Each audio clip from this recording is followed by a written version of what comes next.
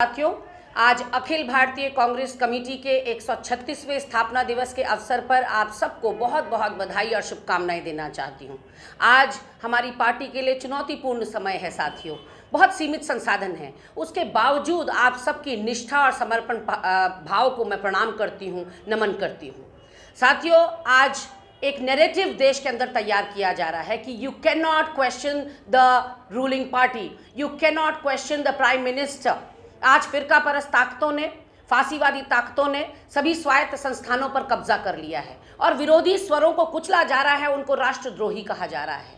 समय आ गया है साथियों कि आप और हम अपनी पार्टी के गौरवमयी इतिहास को और इतिहास पुरुषों के बारे में जनता को वाकिफ कराएं।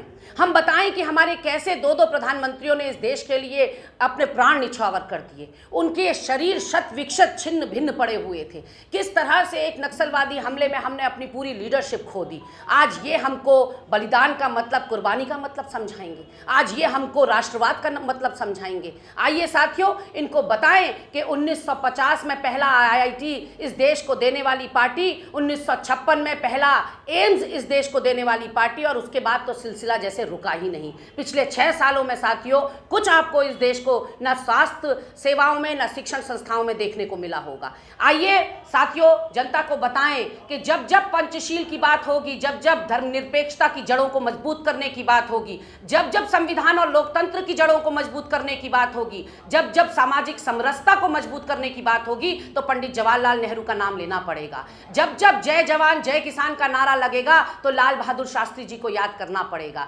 जब जब पाकिस्तान के 2 हिस्से करने की बात होगी, बैंकों के राष्ट्रीयकरण की बात होगी, हरित क्रांति की बात होगी, दुग्ध क्रांति की बात होगी, तो इंदिरा जी को याद करना पड़ेगा।